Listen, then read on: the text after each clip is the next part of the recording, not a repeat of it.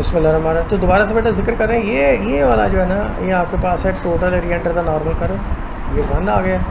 और ये वाली जो चीज़ बेटा आपके पास आ रही है 0 आ गई है। और जब कोई 1 रखा तो म्यू से मल्टीप्लाई होकर म्यू आ गया, म्यू इंटू 1 आ गया, प्लस 0 आ गया। तो म्यू इंटू 1 प्लस 0 ये म्यू के बराबर बेटा आ गया, ये आपका म्यू आ गया, मीन आ गया आपका। ठीक है, आप चलेंगे आगे वेरिएंस की तरफ। तो वेरिएंस के लिए आपको पता है expected value of x square पहले लेना पड़ता है। तो पहले हमने एक्सपेक्टेड एक्स लिया, expected value of x square और एक्सपेक्टेड वैल्यू ऑफ एक्स में यही फ़र्क है कि एक्सपेक्टेड वैल्यू एक्स में एक्स एफ ऑफ एक्स आता है और इसमें क्या आएगा, एक्स एफ ऑफ एक्स आएगा, x square F of x आएगा। तो x square F of x आया और ये साथ में ये वाला इतना आप सबको पता है कि ये हमने नॉर्मल का PDF रखा हुआ है, ठीक है ना। और इतने हिस्से में क्योंकि यहाँ पे एक्स नहीं है तो उसको हमने बाहर निकाला और एक्स स्क्वायर आ गया और साथ में ये वाला टुकड़ा आ गया। अब पहले की तरह बेटा, हमेशा की तरह अब आपको ये प्रैक्टिस होगी, बार बार आप करेंगे और ज़्यादा अच्छा लगेगा आपको और इजीली कर पाएंगे। इसको जी रखा और फिर dx की जगह आप सिग्मा dz हम लिखेंगे और एक्स स्क्वायर की क्योंकि हमें ज़रूरत है, मैं पहले से आपके लिए एक्स स्क्वायर इसलिए बना के दे रहा हूँ कि आपको कोई परेशानी नज़र ना आए। एक्स की जगह बेटा आना म्यू प्लस सिग्मा जी, तो म्यू प्लस सिग्मा जी का स्क्वायर आपने लेना है एक्स स्क्वायर के लिए। तो ये स्क्वायर आपको खोलना बचपन से आता है, मैट्रिक में आपने किया हुआ है।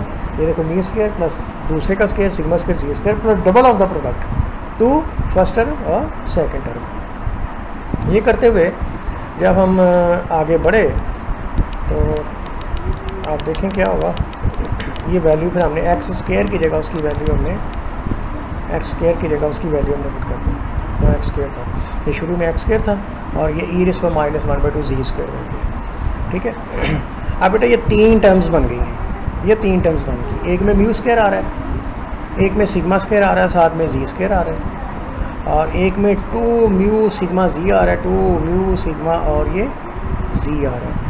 तो सबके साथ ये फैक्टर आ रहा है, देखो ये वाला फैक्टर सबके साथ आ रहा है। ये देखो ई रेज़ पर -1/2 जी स्क्वायर, ई रेज़ पर -1/2 जी स्क्वायर, ई रेज़ पर -1/2 जी स्क्वायर। अब बेटा पहले की तरह लेट मी टेल यू, इसका आंसर पूरे का आंसर बेटा 1 है। बिकॉज क्यों 1 है, this is area under the standard normal curve.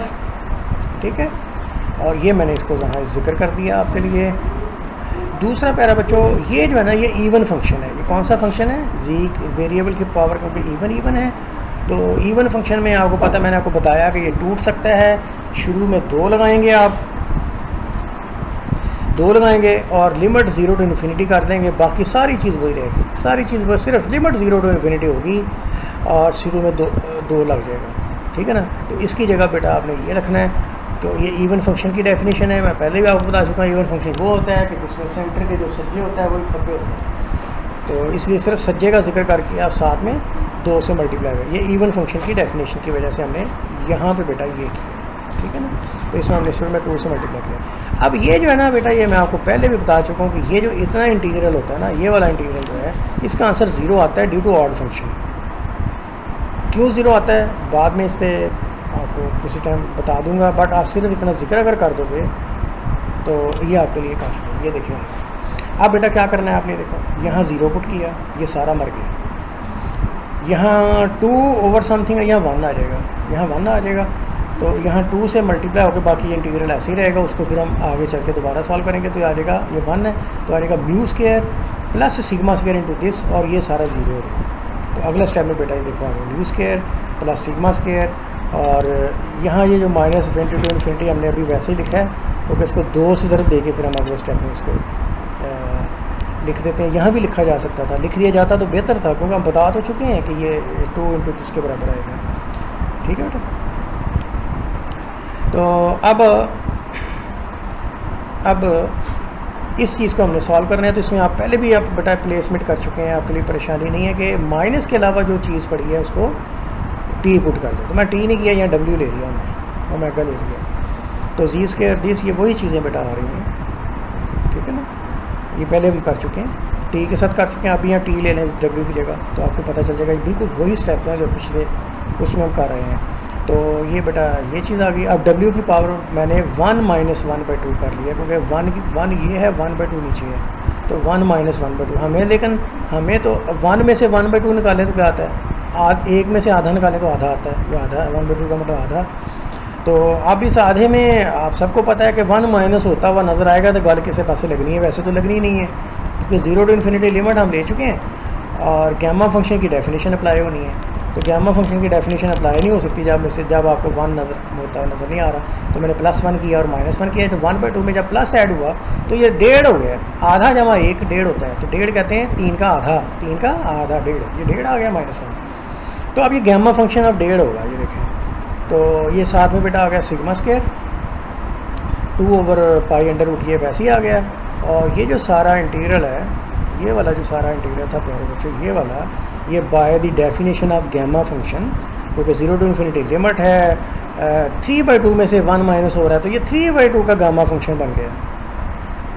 किसका गामा फंक्शन बन गया? ये देखो 3/2 का गामा फंक्शन बन गया। ये 3/2 जिसमें से 1 माइनस हो रहा है, बशर्ते के साथ में लिमिट 0 to इन्फिनिटी हो और यहाँ e की पावर माइनस वेरिएबल हो, साथ में d वेरिएबल हो। तो ये आ गया बेटा गामा 3/2। और गामा 3/2 को तोड़ने का तरीका क्या है बेटा? 1.5 है ना, ये गामा ऑफ 1.5। तो 1.5 में से 1 निकालें, क्या रह जाएगा? आधा। तो इसको आप लिख सकते हैं आधा इंटू गामा फंक्शन ऑफ आधा।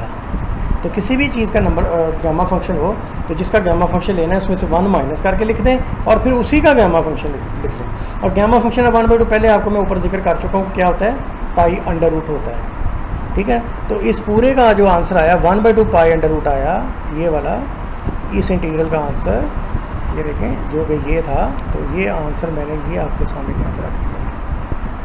2/π√, वैसे साथ आ रहा था, अब π√, से π कट गया, 2 से 2 कट गया, तो आंसर आ गया μ² plus sigma square.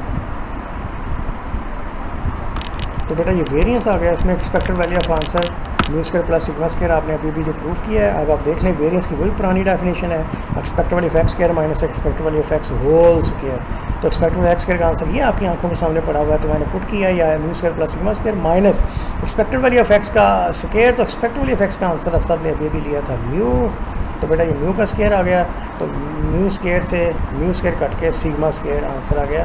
So normal distribution का जो मीन था बेटा वो म्यू था और वेरिएंस जो था वो निकला सिग्मा स्क्वायर। और यही 2 पैरामीटर्स हैं नॉर्मल डिस्ट्रीब्यूशन के। थैंक यू वेरी मच बच्चों। ये नॉर्मल डिस्ट्रीब्यूशन का वीडियो सपोर्ट होगी। अब आपकी सिर्फ वीडियो सपोर्ट रह गई है एक डिस्ट्रीब्यूशन की, जो है बीटा डिस्ट्रीब्यूशन। ठीक है, बीटा का हम पहले इंट्रोडक्शन इंशाल्लाह उसी तरीके से पढ़ के बाकी उसकी टोटल प्रॉबिलिटी देखते हैं, PDF देखेंगे, भी टोटल प्रॉबिलिटी देखेंगे, फिर उसका भी रिसीव कर लेंगे। ये थोड़ा सा काम रह गया। सो पहले बच्चों आप मुझे अपना होमवर्क रोज़ाना लिख के भेज तो रहे हैं, लेकिन ऑब्वियस और फिर आप समझ भी लेते हैं पहले वीडियो सपोर्ट की मदद से, लेकिन आपने बेटा एग्जामिनेशन व्यू पॉइंट से भी अपने आप को तैयार करना है।